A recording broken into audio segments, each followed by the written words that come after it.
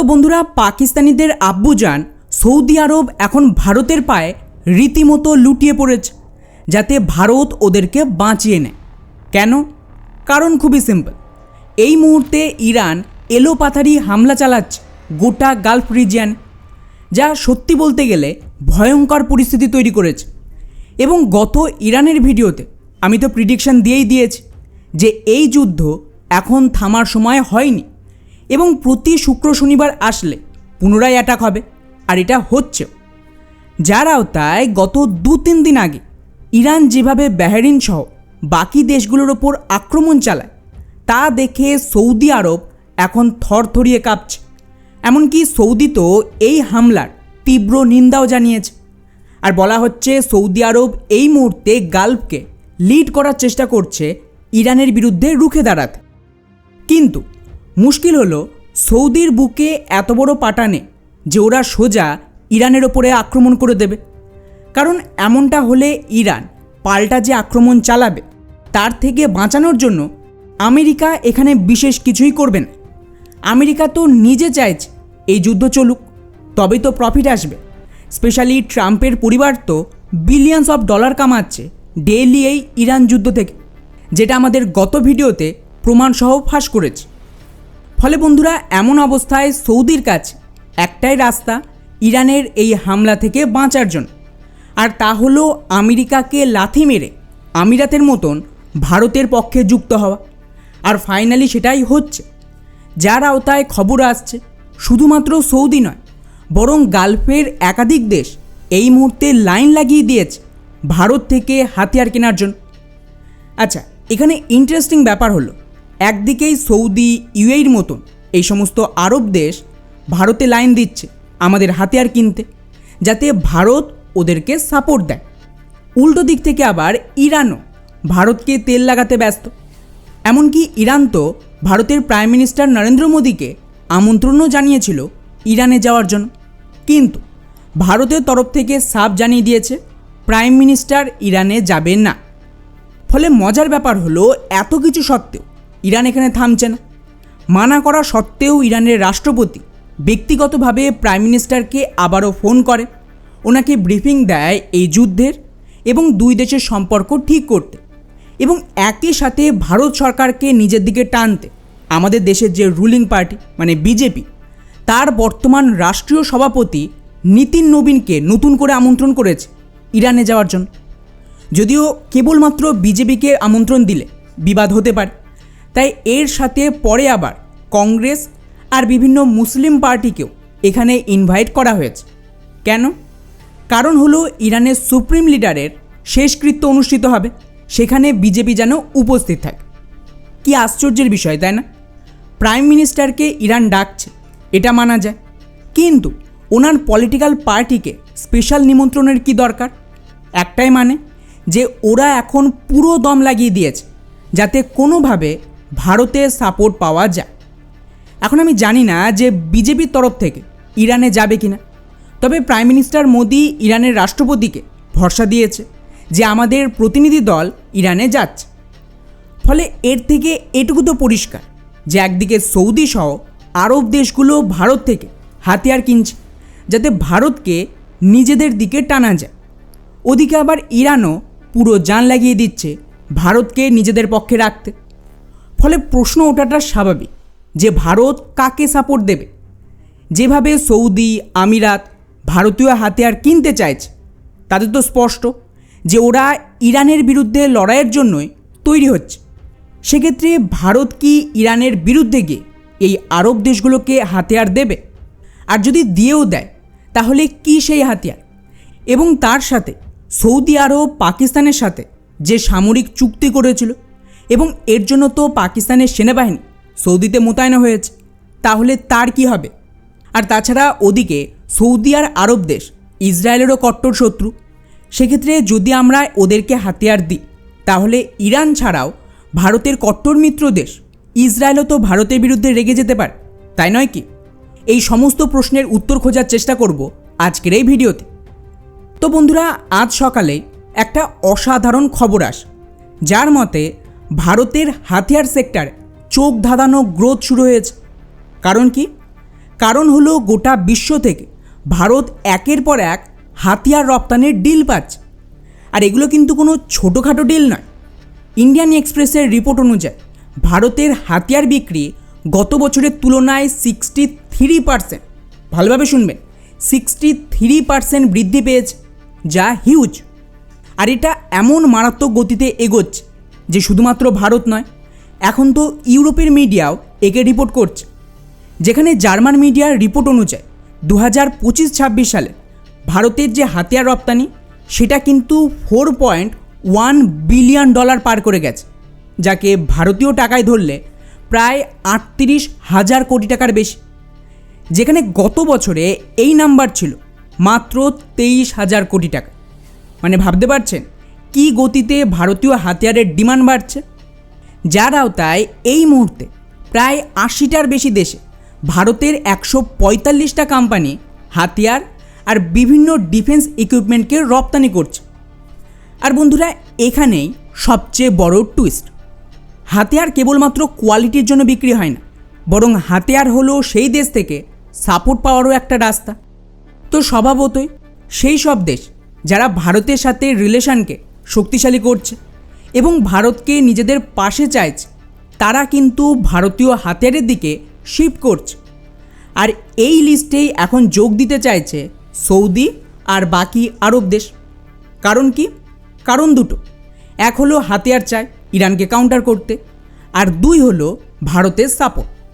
যার আওতায় খবর দেখো, সৌদি আরব থেকে শুরু করে ইজিপ্টের মতন দেশ এখন ভারত থেকে ব্রহ্মোস মিসাইল কেনার জন্য কথাবার্তা চালাচ্ছে।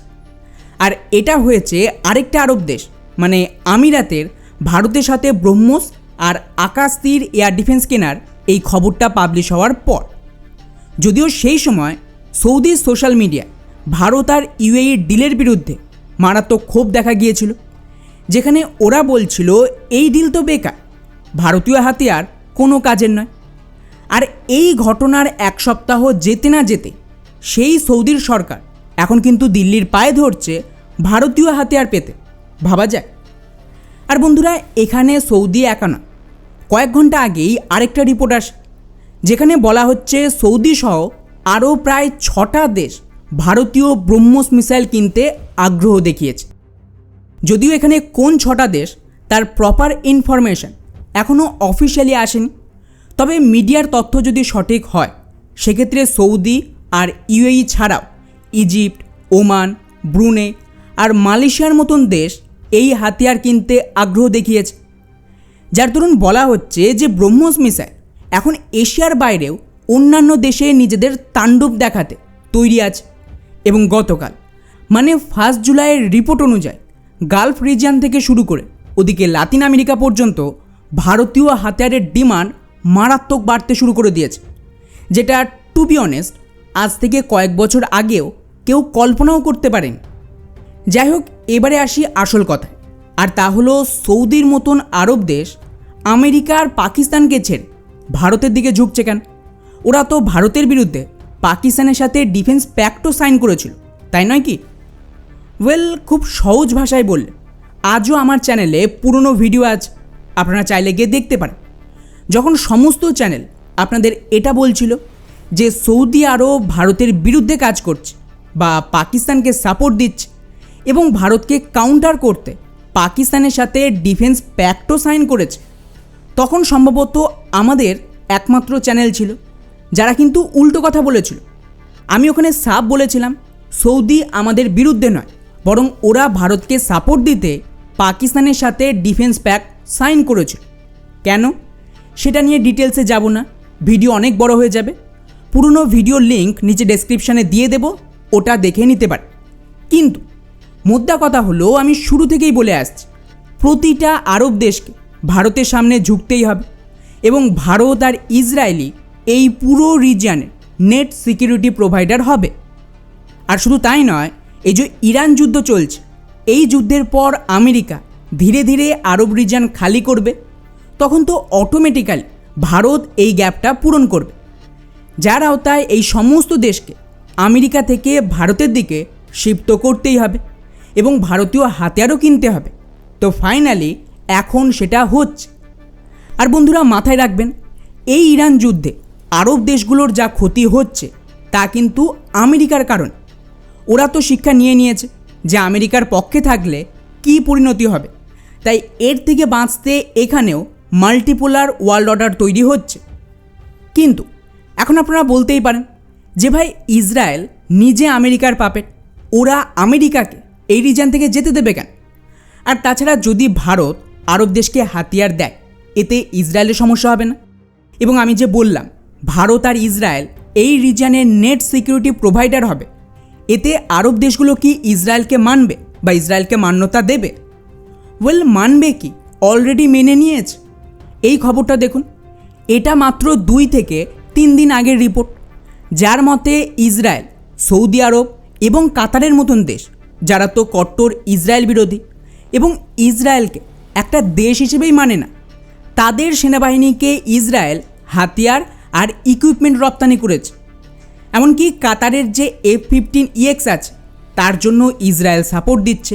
এর বিভিন্ন আপগ্রেডেড কম্পোনেন্ট ইসরায়েলি অরিজিনে এবং ইসরায়েলি এই সমস্ত সাপ্লাই করছে। তো তলায় তলায় গেম কিন্তু সেট।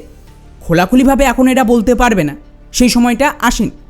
স্পেশালি সৌদির ভেতর এখনও একটা শক্তিশালী ইসলামী ফোর্স আছে, সেক্ষেত্রে খোলাখুলি সবটা করলে মোহাম্মদ বিন সালমানের জীবনের ঝুঁকি আছে। তাই উনি ভারত বা ইসরায়েলের সাথে খুব খোলাখুলি সবটা বলতে পারবেন। কিন্তু উনি চুপচাপ একদিকে পাকিস্তানের সাথে ডিফেন্স প্যাক্ট সাইন করে যাতে পাকিস্তানের এই নিউক্লিয়ার হাতিয়ার নিজের দেশে মানে সৌদিতে শিপ করা যায়।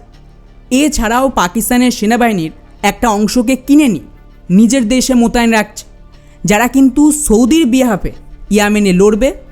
আর ভারতের বিরুদ্ধে সেই সময় পাকিস্তানের সেনা অনেকটাই দুর্বল হয়ে যাবে। আর এখন তো সৌদি সরাসরি ভারতীয় হাতিয়ার কেনার দিকেও এগোচ্ছে, মানে ওরা ভারতকে সাহায্য করছে, এটা অনেকটাই কনফার্ম। বা সহজ করে বললে সৌদি ভারতের সাথে অ্যালাইন হচ্ছে। আর বন্ধুরা, শুধু ভারতীয় হাতিয়ার নয়, ইসরায়েলের হাতিয়ারও ভারত থেকেই যাবে। আর ভারতেই এই সমস্ত ইসরায়েলি হাতিয়ার প্রোডাকশনও হবে। উদাহরণ হিসেবে এই রিপোর্টগুলো দেখুন। রিসেন্টলি ইসরায়েলের ডিফেন্স মিনিস্টার ভারতে আসে এবং রাজনাথ সিংয়ের সাথে দেখা করে। আর 2 দেশ ওখানে সিদ্ধান্ত নিয়েছে সমস্ত হাতিয়ার জয়েন্ট প্রোডাকশন হবে, অর্থাৎ ইসরায়েল আর ভারত একসাথে নতুন হাতিয়ার ডেভেলপমেন্ট করবে। আর পুরনো ইসরায়েলি হাতিয়ারও ভারতেই ম্যানুফ্যাকচার করা হবে। যার আওতায় খবর এসেছে ইসরায়েলের আয়রন ডোমের যে মিসাইল নাম হলো তামির, তাকে পর্যন্ত ভারতে তৈরির প্ল্যান চলছে এবং তারপর সেটা ভারত থেকে ইসরায়েল আর বাকি দেশে রপ্তানি হবে। এছাড়াও আমি আপনাদের প্রচুর উদাহরণ দিতে পারি কিভাবে ইসরায়েলের হাতিয়ারের একটা প্রোডাকশান হাব হচ্ছে ভারত এখন। যেমন ধরুন, ইসরায়েলের রাইফেল ভারত তৈরি করছে, ওদের র্যাম্পেজ মিসাইল ভারতে তৈরি হচ্ছে। এছাড়াও বাকি ইসরায়েলি ডিফেন্স আর মিসাইলের পার্টসও ভারত তৈরি করে দেবে। এর সাথে ইসরায়েলি ড্রোনও ভারত তৈরি করে ইসরায়েলকে সাপ্লাই করছে এবং এটাকে নিয়ে তো মুসলিম দেশগুলোতে আতঙ্ক ছড়িয়েছে। ওরা রিপোর্ট করছে যে ভারত এখানে নাকি আগুনে ঘি ঢালতে ইসরায়েলের সমস্ত মিলিটারি ইকুইপমেন্ট আর হাতিয়ারকে ম্যানুফ্যাকচার করছে। কারণ কি? দুটো। এক হলো এই রিজনের সিকিউরিটি ভারতের হাতে আসবে আর সেখানে ইসরায়েল ভারতের পার্টনার হবে, তো কিছু ভাগ আমরা তো নেবই। আর 2, আমাদের দেশ বিরাট বড়, আমাদের ক্যাপাসিটি আছে যে কোনো হাতিয়ার খুব বেশি পরিমাণে কিন্তু কম খরচে তৈরি করা। এছাড়াও ইসরায়েল, সৌদি বা অন্যান্য মুসলিম দেশেও নিজেদের হাতিয়ার ভারতের মাধ্যমেই নাম পাল্টে রপ্তানি করবে। যেমন আদানি তো প্রচুর ইসরায়েলি হাতিয়ার ভারতে তৈরি করছে অন্য নাম নিয়ে। তো বুঝতেই পারছেন এখানে ফুল প্রিপারেশন চলছে আরব রিজনের টেক ওভারের। এখন স্বাভাবিকভাবেই আরেকটা খটকা আপনাদের মনে থাকতেই পারে যে ভাই আমেরিকা ইসরায়েলের সবচেয়ে বড় শক্তি, তাহলে ইসরায়েল আমেরিকার বিরুদ্ধে কি যেতে রাজি হবে? ওয়েল, এর সহজ জবাব হলো হ্যাঁ, ইসরায়েল যাবে। গতকালই ইসরায়েলের প্রাইম মিনিস্টার নেতানিয়াহু সাফ জানিয়ে দিয়েছে আমাদের আমেরিকান এড দরকার নেই, আমাদের পপুলেশন খুবই কম এবং পার ক্যাপিটা ইনকাম এত বেশি যে আমেরিকার সমস্ত সাহায্য আমরা বন্ধ করে দেব। অর্থাৎ ইসরায়েলের ভেতর আমেরিকার ডমিনেন্স শেষের পথে। এমনকি এর আগেও নেতানিয়াহু আরেকটা ঘোষণা দিয়েছিল যেখানে উনি দাবি করেছিল যে ইসরায়েল আমেরিকার মিলিটারি এড থেকেও সরে এসে ভারতের মতন দেশের সাথে অ্যালাইন হবে এবং যৌথভাবে রিজিয়নের সিকিউরিটি দেখবে। সেটাও হচ্ছে। আর যেমনটা বললাম, ইসরায়েলি হাতিয়ার তো ইতিমধ্যেই ভারতে প্রোডাকশন শুরু হচ্ছে। ফলে এখানে এটা বললে ভুল হবে না যে ইসরায়েলও রেডি হচ্ছে আমেরিকাকে খেদাতে, কারণ ওরাও জানে আমেরিকাই সেই দেশ যারা কিন্তু হামাস আর বাকিদেরকে ফান্ড করে, আবার একই সাথে ওরা ইসরায়েলকেও সাপোর্ট দেয়, তবেই না এখানে যুদ্ধটা চলবে। তো পার্মানেন্ট শান্তি আনতে হলে আমেরিকাকে এই রিজিয়ন থেকে তাড়াতেই হবে। অর্থাৎ এই একটা জায়গায় মোটামুটি সকলেই একমত। ভারত, ইসরায়েল, আরব দেশগুলো, এমনকি ইরান সকলে কিন্তু চাইছে আমেরিকা এখান থেকে সরে যাক, নিজেদের বেসেসকে শিফট করুক। এতে কিন্তু চায়না, রাশিয়ার মতন বাকি দেশও ফুল সাপোর্ট দেবে। ফলে ওভারঅল মোদ্দা কথা হলো, এই ইরান যুদ্ধ শেষ হলে এই রিজিয়ন ভারত আর ইসরায়েলের পক্ষেই যাবে। আর তার জন্যই একদিকে ইরানের সরকার ভারতের সাথে অ্যালাইন হচ্ছে, ওদিকে সৌদি, ইউএই প্রতিটা দেশ ভারতীয় হাতিয়ার কিনে ভারতের সাথে অ্যালাইন হওয়ার চেষ্টা করছে। কারণ নেট সিকিউরিটি যে দেবে, হাতিয়ারও তারই হবে। এবং শুধু ভারত নয়, ইসরায়েলের হাতিয়ারও থাকবে এবং সেটাও ভারত হয়েই যাবে। ফলে আগামী দিনে আরব বিশ্বে ভারতীয় হাতিয়ারের ডমিনেন্স তৈরি হবে এবং আমেরিকার কয়েকশো বছরের ডমিনেন্স বলতে পারেন শেষ হতে চলেছে।